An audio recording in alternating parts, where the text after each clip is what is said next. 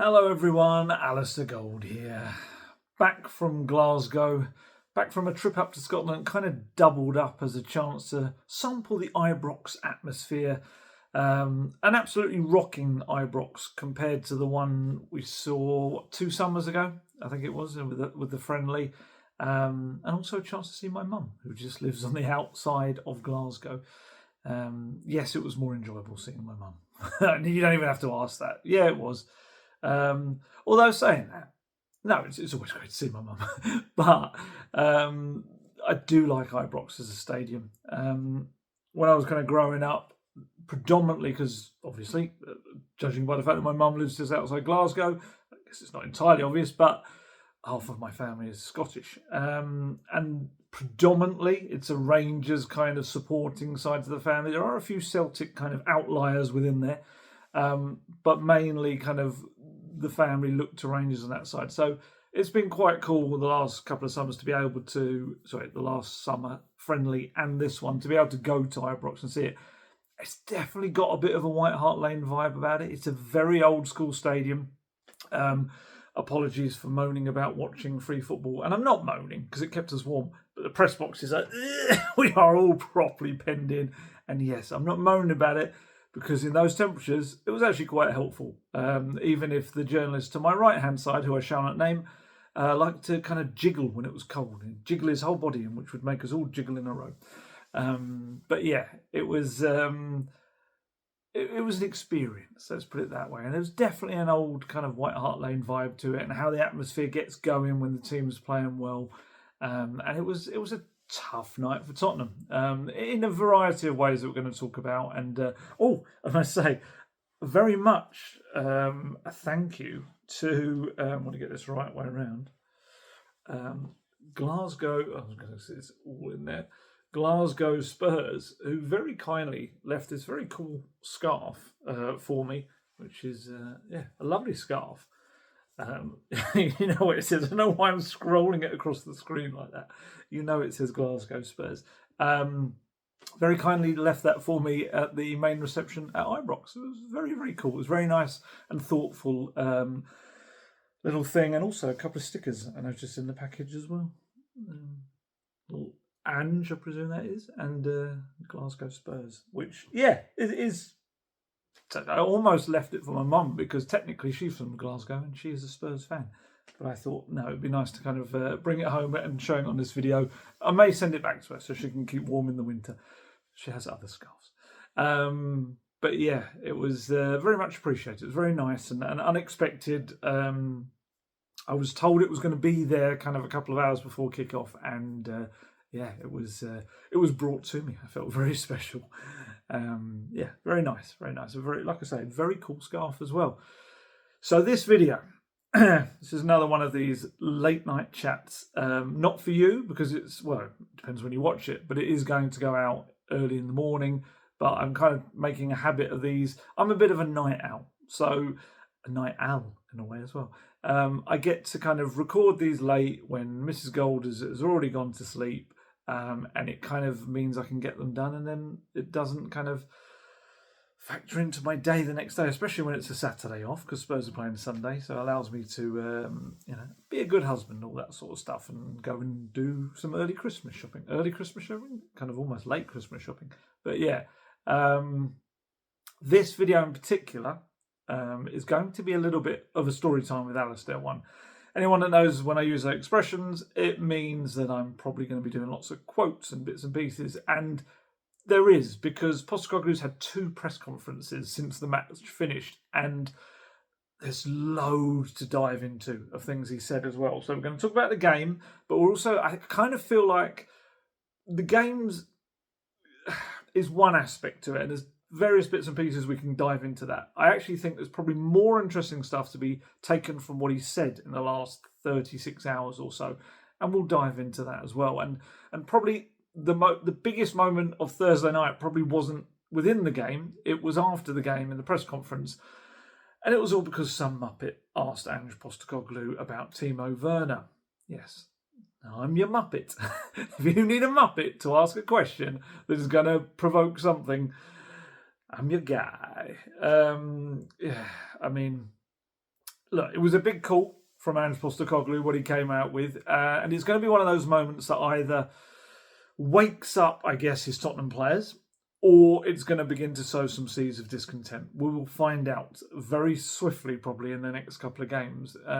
Because, look, yeah, tough night, but Spurs kind of came away from Glasgow with a point which ultimately probably is quite helpful, as Postecoglou was saying after the game, because the two matches that they will now play in the remainder of the competition, they're in a reasonable position in that big Europa League table, and they will play those games when, fingers crossed, because it's never a guarantee, but they will have various players back in the squad and in the fold, and maybe even new players to use in those games.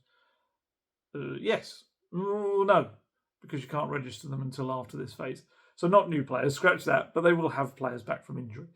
Hopefully. Probably could be new ones by then.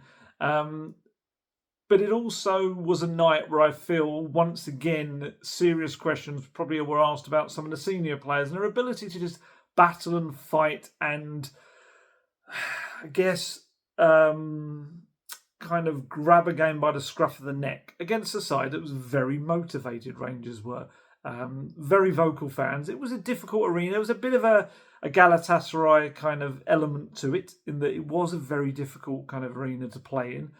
But, you know, I feel like Spurs kind of fell into Rangers' trap. They kind of allowed it to be a physical game rather than exerting dominance with the ball over them. There were lots of sloppy moments with the ball, and a lack of fight in certain moments, which allowed Rangers to get a handle on the game that they probably shouldn't have got, judging from the kind of early moments of the match, when it looked like Spurs were... kind of a cliche, a classic at the moment. As Spurs kind of started, I felt reasonably well, and you thought, okay, they got a handle on this, and then just all it takes is a couple of loose passes around the back, and suddenly the other team are breaking around their box, and that gets the crowd's tails up. And yeah, I mean, Postecoglou has to take any chance right now he can of resting a couple of players, 2 or 3 players, and this time he rested Kulusevski, Solanke, and Sarr. And the problem with that is, they're 3 of probably Spurs' most energetic, biggest battlers down the spine of the team. And you take them out, and I think you get a performance a bit like that, because Postecoglou, he needs battlers, not bottlers. That's what he needs. And some of the attempts to win the ball back, I felt kind of bordered on the pathetic last night. It's not last night for anyone watching this on Saturday. Anyone's going to be watching it for Saturday because it's not going to go up in the morning, until the morning. But it was just, there were so many moments where there was like a limp kind of leg hung out to try and stop the ball, or an effort to get the ball. It was so mistimed. The Rangers player just skipped round it. It was just like, yeah, cheers for that. That's great. Thanks. I mean, I looked up the stats because I kind of felt like they must have lost more of their individual duels than Rangers. And it's there. It's there in black and white in the stats. Spurs won just 36% of their ground duels in the game. Timo Werner, who we can obviously talk about, was the worst culprit. He lost every single one of the 5 ground duels he had. And that's only the ones he attempted to go for. There were a few that he'd pulled out and didn't even try. But to be fair, in one aspect, very few among the starting players actually did much better. Sonny only won 1 of 5 ground duels, lost both of his aerial duels as a central striker. We know he's probably not going to win aerial duels, so that's kind of just part and parcel, I guess, of when you have to play Sonny through the middle. But, you know, to win only 1 of 5 attempts to try and win the ball on the deck, that's not great. Bentancur, you know, a man who is kind of a tigerish midfielder in the midfield, back in the team, he only won 2 of his 6 ground duels against an opposition player. Pedro Porro, 3 of 9. Destiny Udogie, Brennan Johnson, 2 of their 5 ground battles each they came out on top of. And, you know, talking about Porro and Udogie, they were constantly left exposed by Johnson and Werner's really lacklustre attempts to track back at times.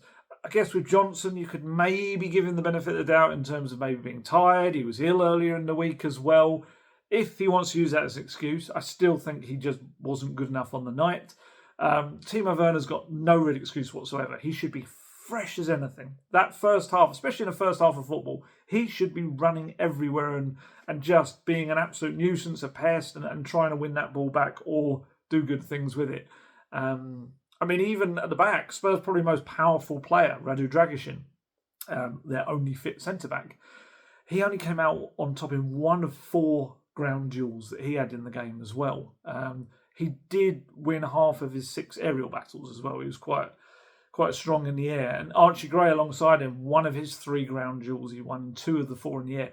I don't want to hammer those two too much, though, to be honest, because they're a very young makeshift centre-back pairing, and he actually did a lot of good stuff as well. Dragishin made 3 interceptions, 4 clearances, 1 block, and 7 ball recoveries. Gray, 1 tackle, 7 ball recoveries, 2 blocks, and 4 clearances. So my question after the game, it was a simple question. I wasn't, trying to stir anything up or muckraking or anything like that. It was just simple.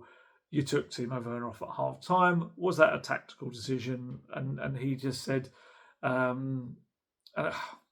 before I get into that, I guess we have to also address the fact that he did kind of break a cardinal rule that he stated only about 28 hours earlier before. Again, to a question from this Muppet. You might remember on the Wednesday night, I asked him about Christian Romero and his comments about backing Postecoglou, but also criticising, I guess, Daniel Levy, the board, the hierarchy at the club, and what he thought of that. And within that, towards the end of the answer, he said, Christian realises what he said. A lot of what he said was good. Some wasn't right and shouldn't have been done in public. We deal with these things in our own 4 walls. There's always issues we need to deal with. The same way I wouldn't criticise a player or anyone else, we shouldn't be doing that in a public sense. So yeah, the following evening, there he is, criticising a player in a very public way. He absolutely tore into Timo Werner. He said he wasn't playing anywhere near the level he should. Yeah, absolutely, I need more from him. When you've got 18-year-olds playing, it's not acceptable to me. I said that to Timo. He's a senior international. He's a German international. In the moment we're in right now, it's not like we've got many options. I need everyone to at least be going out there trying to give the best of themselves. His performance in the first half wasn't acceptable. And he was asked, I think it was Dan from the Evening Standard, asked him kind of how did Timo Werner take that, essentially telling off, I guess, at half-time. And he said, I don't really know. It's not really of any great concern. We need everybody, including him, to be contributing because we don't have the depth to leave people out if they're performing poorly. We need them to play a part, especially the senior guys. When I'm asking younger guys to do massive jobs, I expect a level of performance from some of the senior guys, and today wasn't that. It was a big call from Postecoglou to kind of really go for him in the press conference. Either he'd forgotten what he'd said the previous day about not criticising a player, although I think today in a press conference that Guesty covered, because I was kind of still in Scotland, he called it an assessment rather than criticism, which is quite a literary way of getting out of it, changing a word. Or it might just be that he just wanted to send a message regardless. Timo Werner. So, where do we start with Timo? Look, he has contributed a handful of useful moments this season. 3 assists and 1 goal in 19 appearances. But let's be honest, ultimately the decision to extend his loan from Leipzig, it's got little to back that decision up now. Compared to at the time, you'll sure, no doubt, people will love to remind me, I felt it did make some sense at the time. I felt like as a squad option, to have him in the squad with his experience, with the ability to kind of do what Postecoglou asks of him most nights, it kind of made sense if you're not having to rely on him, but as a squad member, when you kind of had so many games, I felt it makes sense. What's happened since has probably negated that because he hasn't put in overall the amount of performances or the good performances he needed to. And he's also had a few injury issues as well. We now kind of see what comes from the fallout of this very public rebuke from Postecoglou, because ultimately we know in the past when it comes to Tottenham managers and their futures, the ones who decide his future really are 2 parties. One is the Tottenham players and one is, of course, Daniel Levy. Many a frustrated manager has walked back through those revolving doors at Tottenham because the players have just ended up pretty much getting them the sack in a way, because it becomes then convenient, or how do I put it? It becomes easier for Levy and the board to make a decision about a manager if they feel the players have kind of given up on him. That certainly doesn't seem to be the case with Postecoglou still right now. The players are playing for him. He did show a bit of character in the second half to come back and get a point, and they've been quite vocal. People like Romero in saying how much they are behind him. Kulusevski the same as well. So yeah, it's not just platitudes for the sake of it. We saw that Romero, he went very strong. But with Werner, the squad kind of gathered around him, didn't they, earlier in the season when he was getting criticism from the fans and the media, of course, myself included. But I would say I didn't have as much of an issue with what Postecoglou said because it was about effort. Quality-wise, he was dreadful, Werner, but he felt effort-wise it wasn't there, and I could see that. There was. And again, yes, there were others. And I know there's some people saying that maybe he's an easy target and things like that. I felt that he was the worst of the bunch. There were some poor performances, but, he failed in all 3 of the dribbles that he attempted. Constantly was giving the ball to the opposition. He only had 2 crosses. He sent them to Rangers players. And he curled 1 shot over the crossbar early on. And ultimately, there were just so many moments where he was just really half-hearted and you need him to chase back and help a doggy, and he wasn't doing it. And look, I know... Yeah, social media was a bit weird about it. It was like there were some people kind of this outrage on social media that he had had gone for a player publicly. I would be stunned. I could be completely wrong. I'm sure I'm not applying this to everyone, but I would sure a fair chunk of those fans on social media being really annoyed about this have also berated Timo Werner publicly in their social media at some point. And I know it's not the same. I'm not saying it's the same as the manager doing it. But I don't know. Whether you can marry up the 2 things of kind of, I'm allowed to criticise him, you're not, and all this kind of it being in-house. What I would say is, Werner was the worst of the bunch. The stats show that. All the stats I've just gone into show that he was the worst of the bunch. He didn't win a single attempt to try and get the ball when he did bother to get the ball or tried to get the ball. It really makes it just so. We were talking about this after the game or during the game. If Mikey Moore hadn't had this rubbish virus that's absolutely knocked him out for so long, Mikey Moore would be starting games at the moment. He'd be getting so much experience and game time, a bit like Archie Gray's getting right now. It's just such a shame. And I would say with Postecoglou as well, it's kind of almost this assumption that, this wasn't the way to do it, deal with it behind the scenes. He's probably been doing that. Postecoglou has tried the arm round the shoulder, very supportive, protective approach with Werner. Don't forget, it was only a few weeks back he was saying, be careful to judge Timo Werner in the same way, Brennan Johnson got in the season, because Timo Werner could turn it around and have a terrific season as well. And he was very protective of him. And clearly, that hasn't worked. And so he has tried another way of doing it. It could shake him up. It could have a big effect. It could just continue to knock the confidence of a player who, let's be honest, hasn't had a lot of confidence in his game since before Spurs. This is a bigger issue for Werner than Postecoglou calling him out in press conference. Other managers have called him out in press conferences. I've read before he came some of the Leipzig manager comments and things like that. And in today's press conference, I wondered whether he would maybe walk back on it a little bit, Postecoglou, but he didn't. He kind of doubled down on it a fair bit. He said, no, I don't regret it. It wasn't criticism, it was assessment, okay? I guess it can be both.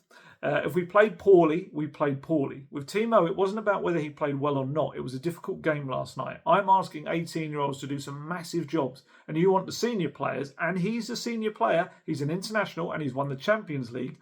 There's a level of application and performance you need to rise to help the team. He didn't reach that. I think me taking him off at half-time was a statement enough. The same way I won't be hiding behind poor team performances, the same with and no different for the players or anyone else. It wasn't criticism, it was just an assessment of his performance, and on a really challenging night for us, which we knew going into it, it needs to be better.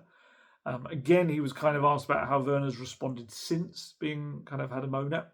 And he kind of opened it up a little bit, I guess, to more players. He said, I've got no time for that sort of stuff anymore. We're in a fight here. Collectively, we're in a fight. I'm not going to go around worrying about people's bruised egos. This football club, we want to achieve things and be successful. We're down to the bare bones in players. If there's somebody in the dressing room who's fit, able to contribute, but who feels he needs something extra in this moment, he's probably not the right type. I need guys who, and we had some last night, understand the situation we're in. we've 15 fit players, and in some positions we've only got 2 players. I'm not going to go around trying to get extra out of people. If they're not able to give extra now, it kind of gives me an indication of where they're at. So he kind of only just got stronger, really. And look, we don't know kind of what the future holds for Werner at this point. Whether he returns to Leipzig next month probably lies more so with Leipzig than it does Spurs. I've explained this before. Loan deals, everyone kind of said, send him back, like about loads of players, but it doesn't really work like that. In a loan deal, it's often the parent club that has the final say on whether a player comes back. And Leipzig may well think, why? Why would we want him back? Financially, it's suiting them not to have him back. And Spurs would have to make a convincing financial argument, I guess, for him going back. And there would have to be someone interested in him probably to take him off Leipzig's hands again, which right now may be a difficult find. And I guess Spurs are probably in a position now that, this game aside, they're so threadbare, the squad. Can they actually afford to allow players to leave right now in January? I guess if he can be replaced, it's a different matter. Even if Werner did remain at the club, maybe he gets taken out of the Europa League squad, perhaps, to make room for either a new signing, if they get through to the knockout stages, or maybe even Jed Spence. If he sticks around himself, gets included in the Europa League squad for the second half of the campaign. You've got Heung-min coming in as well. So, I don't know. Who knows? They might even decide they should recall Manor Solomon, perhaps from Leeds, who's kind of getting game time there. He's started most of the games in the last couple of months, but I think he was on the bench at the weekend, I think, as well, when I looked. I don't know whether that's going to be the case or not. You'd imagine probably not going to call Manor Solomon back, but you've got Heung-min coming back. You've got, hopefully, Mikey Moore should be back in the next couple of weeks or so. And obviously, Odebear eventually. Richarlison in the new year too. So there will be more wingers. And you would think he will look for another attacking player. He kind of hinted at that, didn't he, when I asked a couple of weeks, maybe a week back? You'd think they'd go for like a striker/winger, like a Richarlison who can kind of play both. But one thing is definitely for certain. Timo Werner's £8.5 million option to buy him, that could be 85 million right now. It's just as likely to not be triggered because... it makes no sense now whatsoever. He was asked, I can't remember who asked him, but in the press conference today back at Hotspur Way, he was asked about whether Werner could go back to Leipzig next month. And he said, right now, that's the furthest thing from my mind. I'm just not interested in what happens next. I'm interested in what happens now. Now is the time we have an opportunity. In these next 5 games between now and New Year, we can set up our season. Last night was a great point for us because it sets us up for Europe, so we know we're going to make the knockout stages. That's interesting. I haven't actually looked at that. I've been doing so much work today. I didn't actually look at the fact that maybe that does mean that they can't finish lower than 24th. I'm going to look that up now. Sorry, I know this is mid-video, but I want to fact-check that because that's actually quite interesting. Why did I not think of that? Probably because there's too much weird Spurs stuff going on in my brain. So the 24th place team has 7 points, and Spurs have 11. I'm guessing there's so many teams within that and playing. Probably is. I know mathematically that makes sense. Sorry, there's only 4 points, but maybe technically there's so many teams within there playing each other. Maybe someone far cleverer than I has worked that out. But yeah, either way, they want to get into the top 8 anyway and not play a playoff game. So now we have 4 league games to get ourselves back up the ladder and make an impact. We've got a massive Carabao Cup quarter-final to get to a semi-final. I'm not interested in anything else beyond that. Werner's going to have to continue to be involved, and Postecoglou said that. He said, I've got no choice. Who else am I going to play? I'm pulling kids out of school. I literally am getting notes from their teachers, which is bad. It's because 2 of the players on the bench last night, Malachi Hardy, Luca Williams-Barnett as well, they're both 16. Callum Olasezi, 17. And yeah, so they are quite literally coming out of school.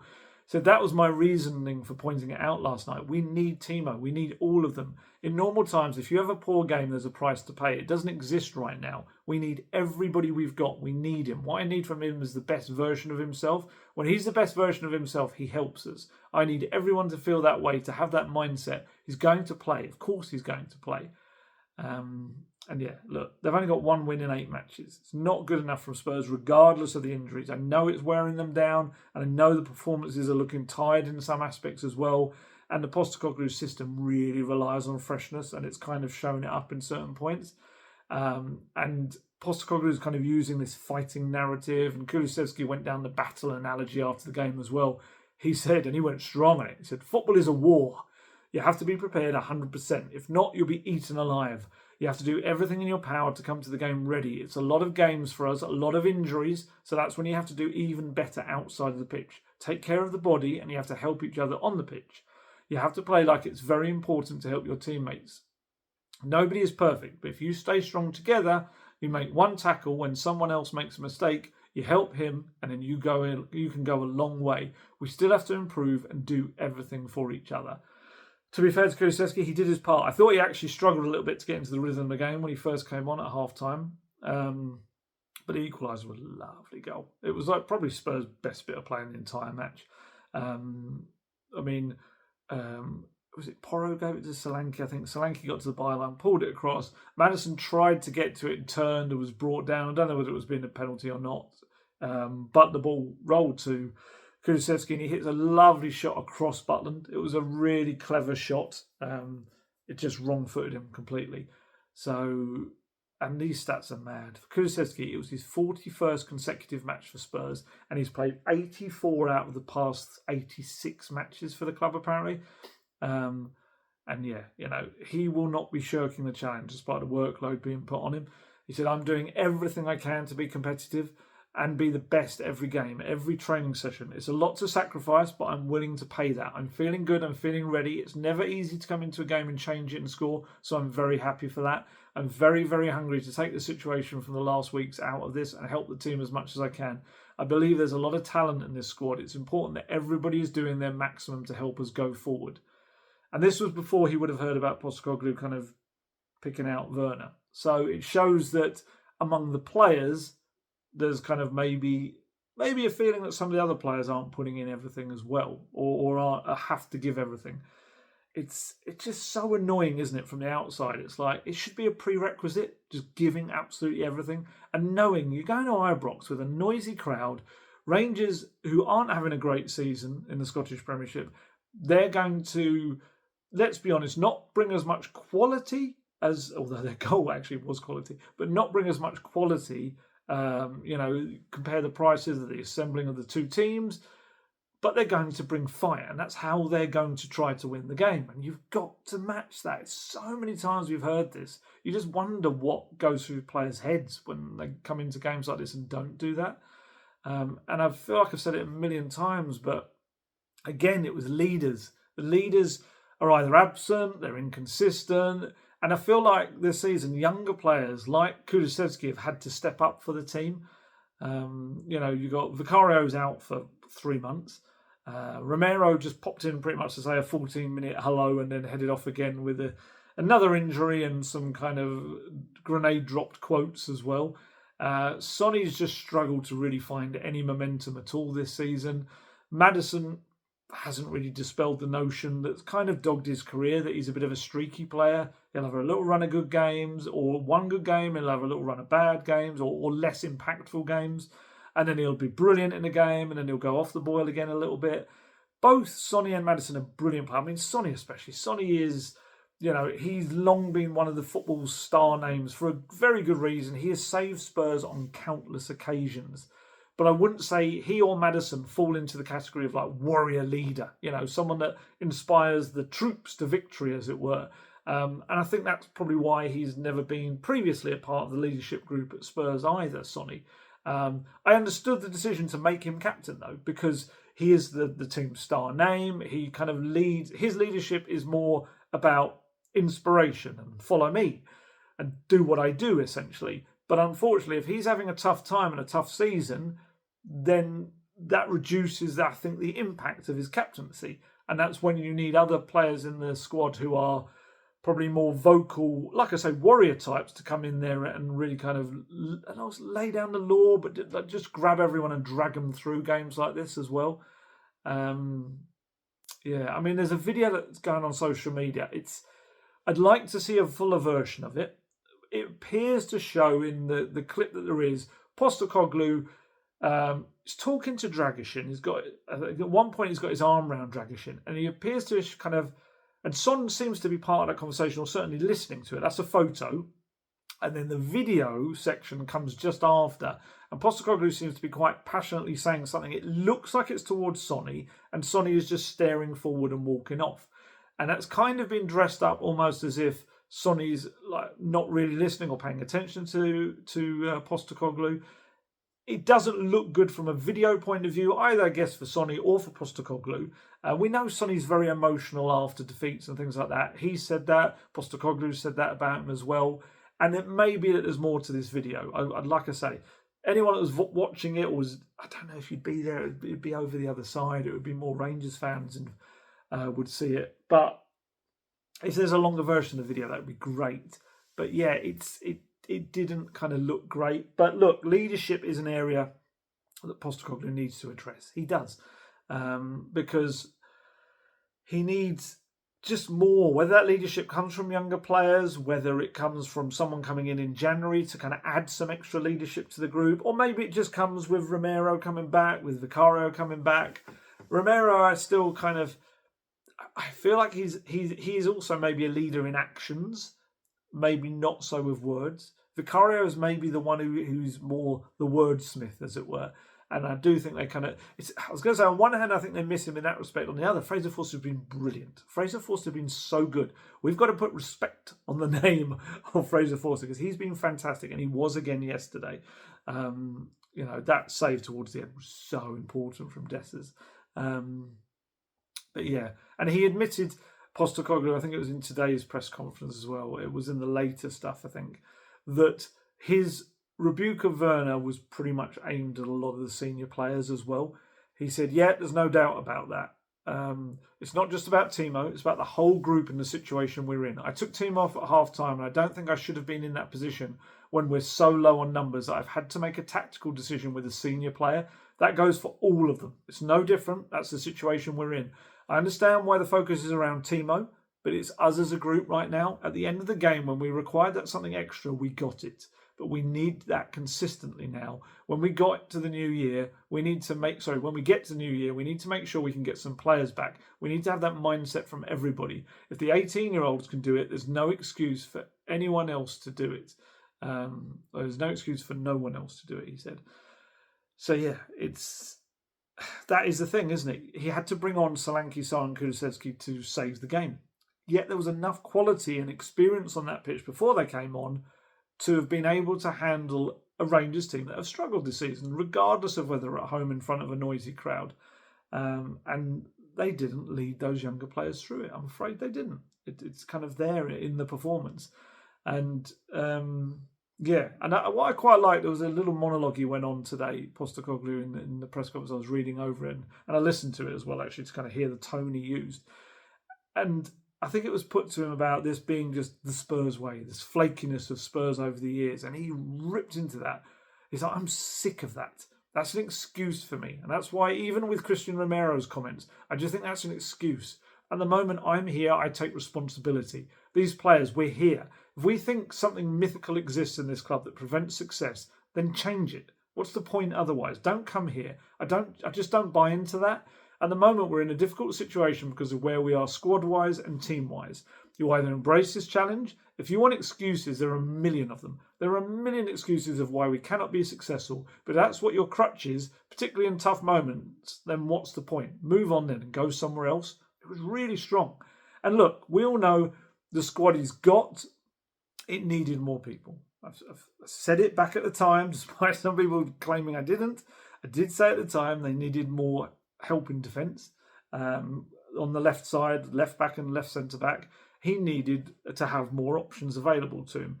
The injury crisis has been ridiculous. So that is an aspect. But I do absolutely agree with him that regardless of all of that, Spurs should be playing better than they are. And, some of that's on him, communication-wise, maybe tweaking his tactics within matches, and all these kind of things.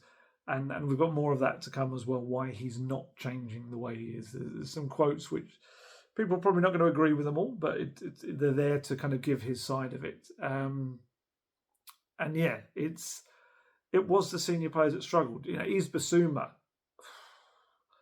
He was so weak. There were a few times when he just absolutely got shoulder barged off the ball so easily. Bentancur, I was quite kind of... First half, I thought, there's some nice little moments where you saw, there's the calm assurance that we get from Bentancur on the ball. We've kind of missed that. And then once again, as he did in the last game, he just really faded like he did against Roma. You'd think he would be fresher, and you'd think physically he'd be ready for these games, having really worked on the training pitches for them. But I kind of feel like maybe he just needs the sharpness, needs the game time, and faded badly second half for me. And I saw people on kind of some of the social media comments when he came off and Basuma came off like, why are you taking off the two players who aren't going to be playing on Sunday because they're both suspended? Easy answer. They were rubbish. Bentancur was knackered. Basuma was poor. You had to take them off, otherwise that game was being lost. Bentancur was dribbled past 4 times. He should be fresher than anyone. Porro, 25. He's the older head of that back line at the moment. But he was all over the place for plenty of it. And he was also dribbled past 4 times as well. He did this awful back pass to Fraser Forster late on. It was like a volleyed back pass. It was so difficult for Forster to deal with. And that actually got him a bit of a telling off on the pitch from Postecoglou. He was asked about that because people saw him on the pitch talking to him, to Porro. And he said, it's just feedback. He played a volley back to Fraser in the 92nd minute of the game. Fraser was unbelievable last night, and you're putting a teammate under pressure. It's about the context of what we're doing right now. I spoke at the weekend about individual moments, desperations, giving away penalties in a big game when we're playing really well, that you're allowing the opposition in. That was another moment. It's about, again, feedback to say, look, in this moment, we've got to make better decisions. We have to be really calm and clear-headed because, again, we've done so well to get back into a difficult tie. We're in a good position. Why would you put that in jeopardy? That's my role, to give the players feedback. And for the goal itself, Rangers' goal, again, it was brilliant in execution. The ball in from Tavernier is so good. I watched it at a time. There's defensive issues with it, absolutely. But the ball itself is incredible into his path, into Igamani's path. And the volley, the half volley, is lovely. It's a really nice finish. If that had been at the other end, we probably would have been raving about the ball into him, which would have come from Porro, and if that's Solanke putting it into the net. Yes, like I said, there are elements to it from the Spurs perspective you can look at. Johnson didn't track back with Tavernier at all. Doggy didn't step out to close him down for fear of letting the right winger kind of get down there as well. And Porro was so kind of slow, trailing in Igamani's wake, trying to get back to help him out. And even maybe Archie Gray, you could say positionally, he was watching it go over his head. But I'm really loath to criticise Archie Gray too much. We'll talk about him a little bit more in a moment. I'm also very aware that the fullbacks have played a lot of minutes. Jed Spence has to play on Sunday. He has to. If he doesn't, that's got to be on Postecoglou. Absolutely. If Jed Spence doesn't, because that's your opportunity to bring someone in, someone fresh. It's a team that's come up, promoted. They are still bottom, aren't they, in the Premier League, I presume. Table? No, I haven't. Oh, I've lost my league table. It's my go-to thing. Oh, I'm pretty much assuming they are still bottom of the table because I'm sure I looked last month. Premier League table. I'm still going to look, even though people are saying yes, they are. Yes, they are, and they're quite away at the bottom of the table, having only won one game. So if you're not going to play Jed Spence in a game like that and have a fresh player looking to prove a point, when are you going to play him? We've also got Sergio Reguilon, pretty much like break glass in case of an emergency. Sergio Reguilon's there. We know the case with Reguilon. He was meant to leave in the summer. He shouldn't really be at the club anymore. It doesn't really fit Postecoglou's way. He's also not particularly amazing when it comes to defending. So yeah, I've seen him a few times in the Postecoglou system. It didn't really work, mainly in friendlies, but it just didn't work at all. But he's there. If you need a left back, you need to give a doggy a rest as well. He might surprise us. Might play Spence and Reguilon.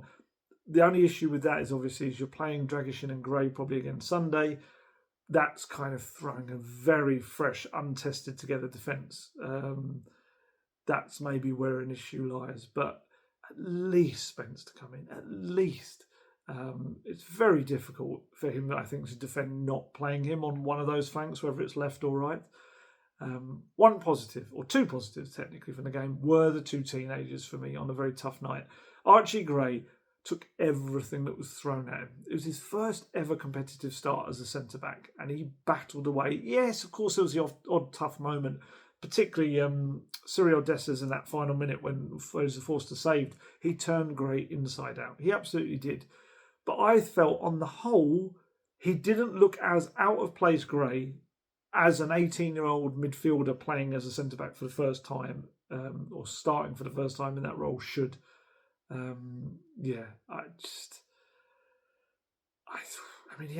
only got a year of senior football under his belt as well. I thought he did fine. I think he was naturally going to have some issues, but I think you're a tough person if you are really criticising him for his performance. Radu Dragishin as well, I thought was quite solid alongside him, tried to talk him through the game, help him through it, as did Forster behind. I could see that happening. Forster had some choice words after Dessers got through, with a bit of a swear word in there. We'll leave that one out and just said, wake up, was what he pretty much said to the defence. But yeah, I thought Gray did well on the whole. I asked Postecoglou about him after the game. He said he's 18. It's a big experience for him. I thought he handled himself really well.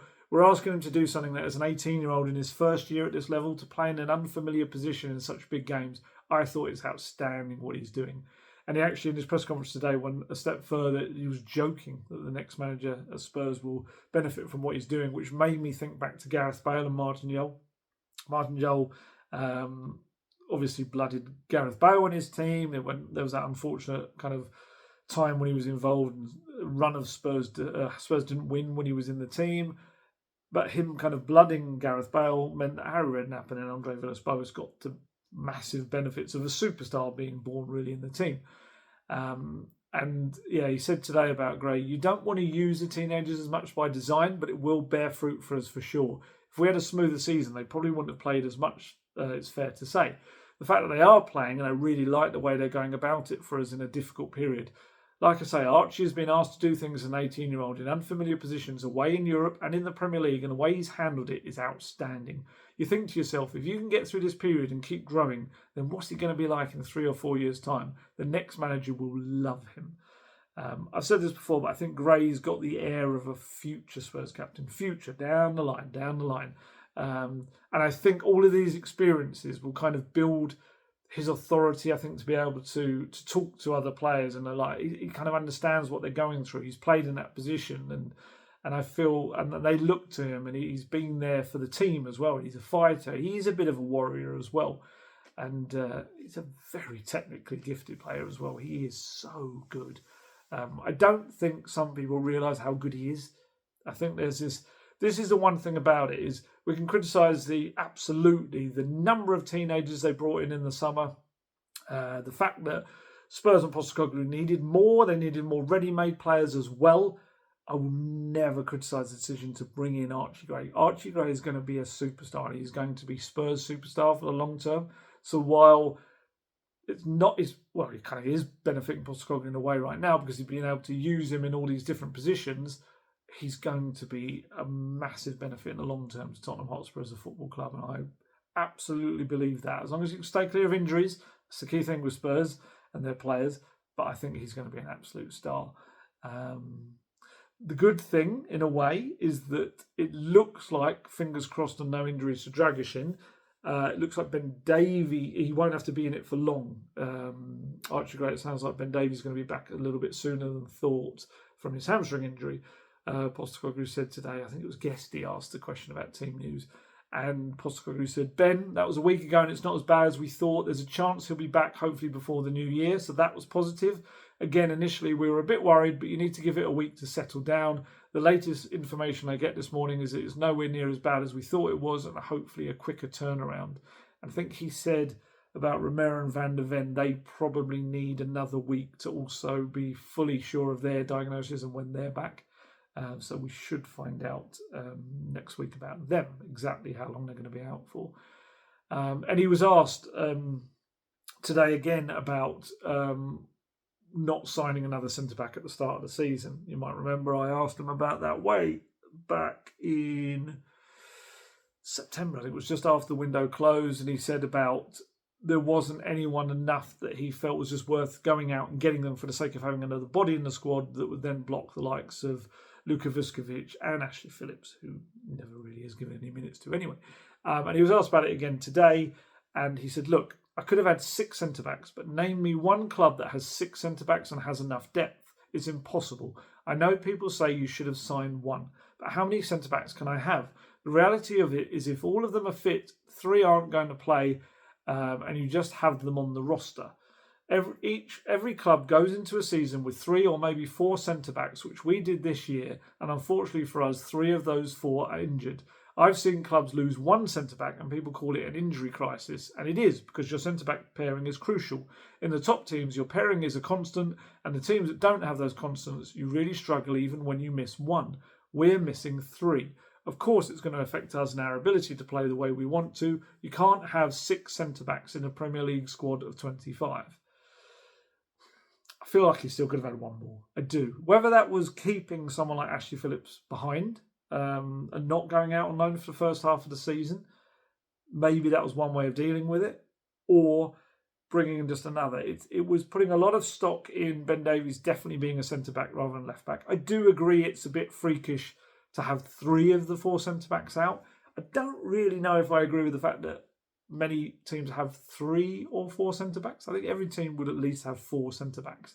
And as I said before, it is actually difficult to attract a centre-back knowing that they've got all these players ahead of them. You know, Spurs in the summer were after the likes of Tosin Adebayo, Lloyd Kelly. Both of them were free agents, but it was a tougher sell to tell them, oh yeah, by the way, there's Romero and Van der Ven are probably going to play every week. And we've got Radu Dragic bought in January, so fancy coming in and playing the odd Europa League game, maybe. I get why there was less of a kind of a selling point there, I suppose, but it's still, there's ways to get around that. And it may well have been keeping Phillips. That might be the way to do it. I think, I don't know if I've put the quotes down here, but Guesty asked, I think, today about bringing Phillips back. And he kind of did what he's done with some of the January questions of saying, look, I'm not even thinking about that right now. There's many options. Right now, it's about getting through these games before January, which is fair enough. But yeah, I don't know whether at this point you bring Phillips back or not. We'll see. I'm pretty sure there is a loan recall clause in January, but it depends where they're at. You know, if they've got Davies back and back. I've been calling him Davies again, haven't I? And you've got maybe Van der Ven on the way back by then. You're probably thinking, do you need to bring him back? I don't know. But then you can just end up in the same situation again. So that's the centre-backs one. Another positive was Lucas Bergwijn in the midfield. I thought he was really tidy again. I feel like there's been a constant of recent videos saying that Bergwijn's come in as a number 6 and done very well. He just looked hungry. He looks really eager to be on the ball as much as possible. And as I found out when I asked about him after the game, he was ill as well on the day. He was set to start the match. Postecoglou said, I thought Lucas was excellent when he came on. He was due to start tonight, but wasn't feeling well today. He was a bit under the weather. We had to keep him on the bench, but that's a massive positive for us. Those two as 18-year-olds, him and Gray, to be already contributing and experiencing these things will be enormous benefit to us. And he added today about Lucas. Lucas is really growing into it. We can see he's starting to really feel comfortable at this level. He's showing a real maturity for an 18-year-old, and I think that's hugely positive for us. By design, you don't want to throw young players into it, but I think we'll get enormous benefit from it. he could well start on Sunday as the number 6 because you've got no Bentancur Bissouma. You might remember I said a little while back that Postecoglou, when he was asked about who was going to replace Bentancur in the midfield in the 6 role, Lucas was one of the first names he said. And I think I've said this before. I've seen him play as a 6 in the first half of the game for Djurgården against Porro and Werner back in May when I went over there. And he was good. He was tidy and neat with it. Obviously a very different level of football, but he probably looked better when he moved into a more attacking number 10 role. But he's looked good in it. And I think he's very confident in coming back and getting the ball. He's very tidy with it. He's used to it. Definitely needs to get stronger. He's still getting knocked off the ball too much. He's quite a big lad, having interviewed him and looking up to him while I'm interviewing him. But he needs to kind of fill out his frame a bit, get stronger on the ball, and that will come. But he's quite good in tight situations. He's got that kind of element to his game that Bentancur and Bissouma has. So, I mean, you could use Sarr in the role. He's definitely played as a defensive midfielder for club and country, I think, Metz, and for Senegal as well. But then you'd probably be playing Madison and Kulusevski either side of him, which would probably be quite an attack-minded midfield. It's a big ask of Bergvall, but if you bring him in, then you can play Sarr plus one of Madison and Kulusevski next to him, which makes for a little bit, I guess, a more balanced midfield. But he would have to talk. They would have to talk him through the game. He's going to make some rash decisions. He's going to lose the ball occasionally, but he's going to have the confidence to essentially play those brave passes that the number 6 needs to play. He said that he was asked about remember, Bergvall had a tough night in Istanbul. It was very difficult for him. This was a nice kind of, I felt, Istanbul, the noise, he struggled. He could have easily come off that game at half time, but he stayed on. And the experience of that, I think, helped him at Ibrox. He came on and amid the noise, and again, knowing that he was ill, felt he really handled that pretty well. And he was asked about that, and he said, look, it's not that unusual. He's 18. You throw any 18-year-old into Galatasaray away, and I'd be very surprised if they take to it like a duck to water, but that is part of the process. Exposing them to that and see how they react. He's reacted really well, and he understood it's a big game, big atmosphere, and I need to do things a little bit differently, and he's adjusted, worked hard at training. I think he's made a real impact in the last 2 games. He's come on with his calmness and a better understanding of the way we want to play. That is what you want in 18-year-olds, progress. It's not going to all be perfect. He's still going to have difficult moments because he's 18. The same with Archie. But I still think when you see within that process how they tackle those challenges and how they then use them to improve, it's exciting. He's done really well, and obviously with Biss and Rodri out, he's definitely in the picture for us to use at the weekend. He will definitely play, whether he starts or comes on. So yeah, I'm really pleased for him that with him and Archie, we've got 2 18-year-olds who feel like they can contribute in a meaningful way, which, as I said before, is exciting. And it's really interesting because you might remember, I wrote an article back in February when he joined Bergvall. I spoke to Peter Kisfaludi, who is it's like the head of academy into first team at Djurgården, where Spurs signed Lucas Bergvall from. He was also Lucas's long-time coach at Porro and Werner before, from when he was very young. So he knows him absolutely inside out. And he's had a big part to play in his emergence, his development, and where he is now. And when I spoke to Peter back in February, he said quite clearly then, give him 6 months to adapt. He will need 6 months to adapt. He said he did it in, I think he said 3 to 4 weeks when he stepped into the first team at Porro and Werner and then Djurgården. Each step, he kind of needed 3 or 4 weeks. He said the Premier League would be different. I'd give him about 6 months. And bearing in mind, Bergvall arrived at Spurs mid-June. He came to England to kind of start to adapt to life at the club and everything. Obviously, officially joined in July the 1st. We're at almost roughly the 6-month mark, if you take it from then. And he is starting to really show signs that he understands what Postecoglou wants of him. He's a very clever lad. And he is starting to adapt. Still needs to get stronger, but he is adapting. And yeah, fair play to Peter Kisfaludi. That is why he does what he does and why he understands young players and he understands the game inside out, because he makes terrific predictions like that. I think I said it back at the time. I said it in videos. And so, yeah, it's great to see kind of that experience of football, and people like that being absolutely spot on. So yeah, so more from Postecoglou. Like I said, I know this is quite a quote-heavy video, but there's so much he said, and there's so many interesting parts to it, whether you agree with it or not. He needs to get his team playing his football as much as possible, regardless of their physical state. And he said today, we can't dismiss the situation we're in at the moment. We're very limited at the moment in what we can do from a team perspective. There's a lot of players playing a lot of games and they're giving their all, but they're going to lack a little bit of sharpness as we cannot give them a rest. Within that context, it's about making sure that there's some basics in our game that we push through. You look at the Chelsea game, and elements of that were brilliant for us in the way we played our football. The ability to play at that level is still there. It's just last night, and we've got to keep it in context. It's a difficult venue. It's always difficult for any team going there in Europe historically to get a result, and you need to fight. I just felt there were times we weren't as committed to winning second balls and doing a lot of things you need to do when you go to Ibrox. We lost those battles, and which allowed them to get into the game. The flip side of that is when you're 1-0 down, there it's awfully hard to turn around because the volume in the stadium goes up by 100 decibels and it's hard to claw back. But I thought we showed real character. Dom, Decky, Lucas and Pap all helped when they came on, for sure, in helping us achieve that. As I said after the game, in the context of Europe, a really good point for us. It sets us up really well for the last two games. The next game is not for a while, so with a bit of luck, we'll be in a much better position squad-wise to tackle them. We know if we win those games, we'll finish in the top 8 and probably look back on that point last night as valuable to that.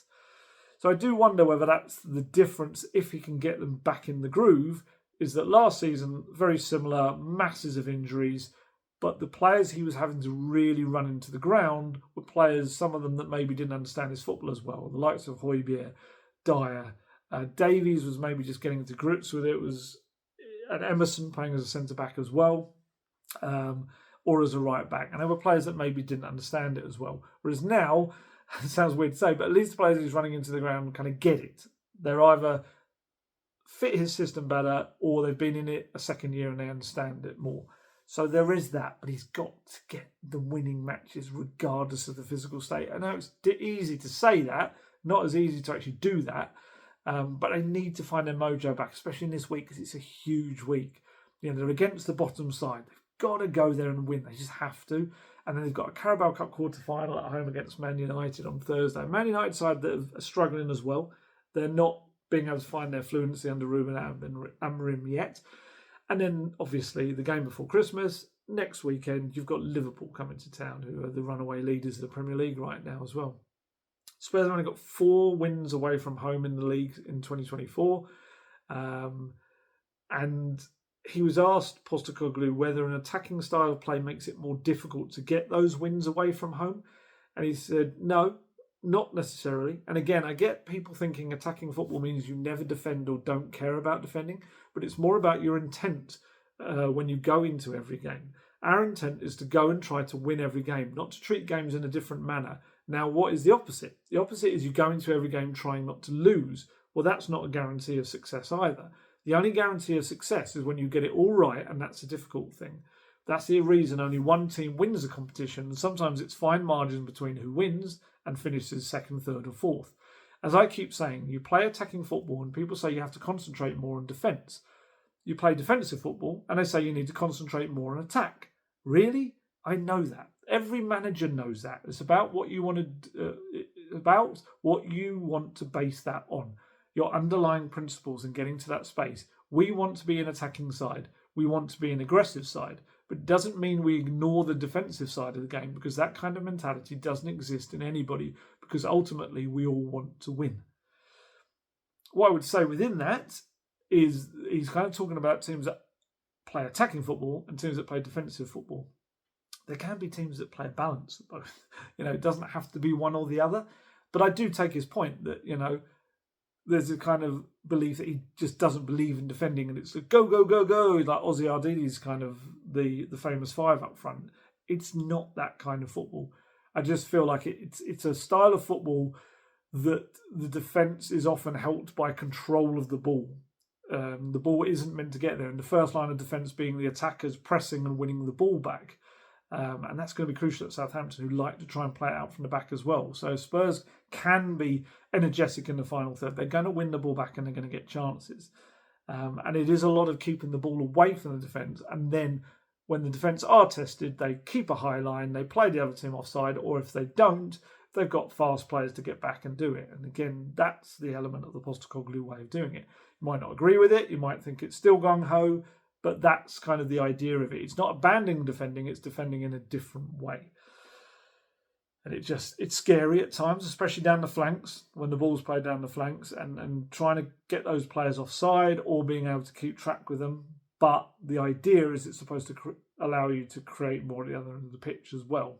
But at the moment, it's not working as well because of tiredness, because of not being able to rotate the players, and maybe because of players still not understanding the system to be played as it should.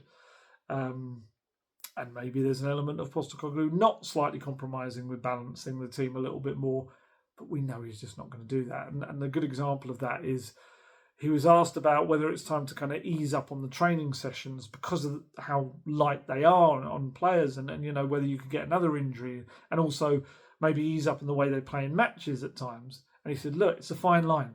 How much do you dilute for the situation you're in? I always think about these things. What's the long-term effect of it? It may relieve some short-term pain, but if that means that people lose belief and conviction in what we're trying to do because we've found an alternative path, that alleviates the short-term stuff. And I don't think that's healthy, though, and gets us where we want to.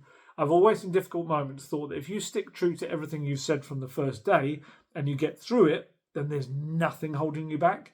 If you change paths, what's to say players or even staff won't then question further down the track?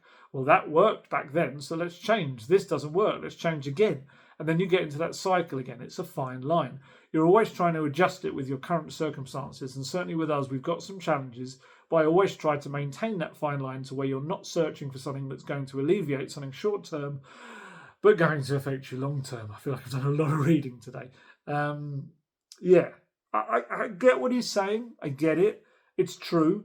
If something works by changing it, but it's only a short-term fix, then you're kind of in this middle ground going forward where the players don't really believe in the original idea. That's true.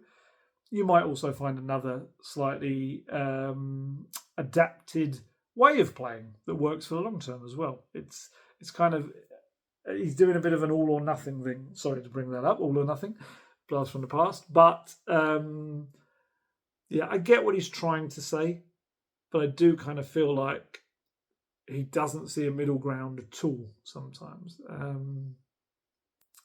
But I guess it's worked for him. This is the thing, isn't it? Everywhere he's gone, they've ridden through the tough patches. They've rode through the tough patches, and they've realised, it's quite good on the other side. So they need to start winning again in the short term. That is the issue for him as well, because otherwise those revolving doors at Tottenham are going to start turning once more.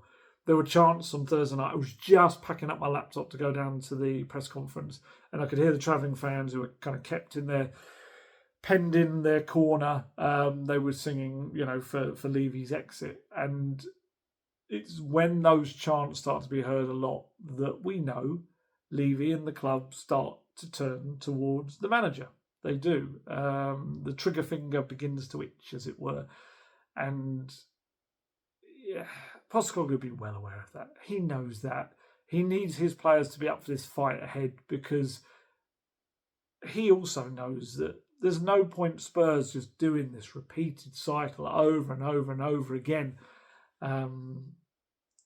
Because it's, if you want an example of the cycle, this is Spurs' first trip to St Mary's since the infamous Antonio Conte post-match rant in March 2023.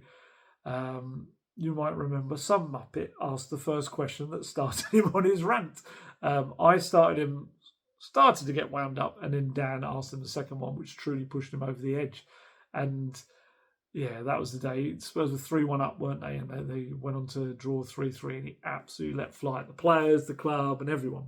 So if you want an example of the stupid cycle that Tottenham get themselves in, it's that, they're going back to Southampton in a position where the players are being questioned about their fight and their ability to want to win matches enough. with a completely different manager, thus proving, it's going to be all down to the manager. It's going to be down to the way the club is, the way it kind of is run from the top, but also to do with the players and the mentality, and maybe a mentality that pervades through the club. But I know Postecoglou had a big thing about that earlier, which we said, and he doesn't feel that should be a crutch to be lent upon. And he was asked about Conte's rant today, and asked whether he'd seen it. And he was like, I was on planet Earth at the time, so yes, I was well aware of it. I think when a manager gets to that point that there's obviously some underlying issues. Antonio's a top manager. He's a world-class manager. I think most of the time when managers do that, they're trying to get a reaction, trying to get some sort of impact from the team. In difficult moments, what you want from your leaders is action rather than inaction, of just letting things drift along. He did it to try and get a positive impact on the group one way or another. We've all been in that situation as a manager where you feel this is the time to send a message. Very much wonder if that's his Timo Werner thing, was that Postecoglou's version of that. And he was asked whether would he say such strong comments about the club that potentially would make his position at the club, less stable, or rather than just kind of remaining in place and trying to guide the club through the choppy waters.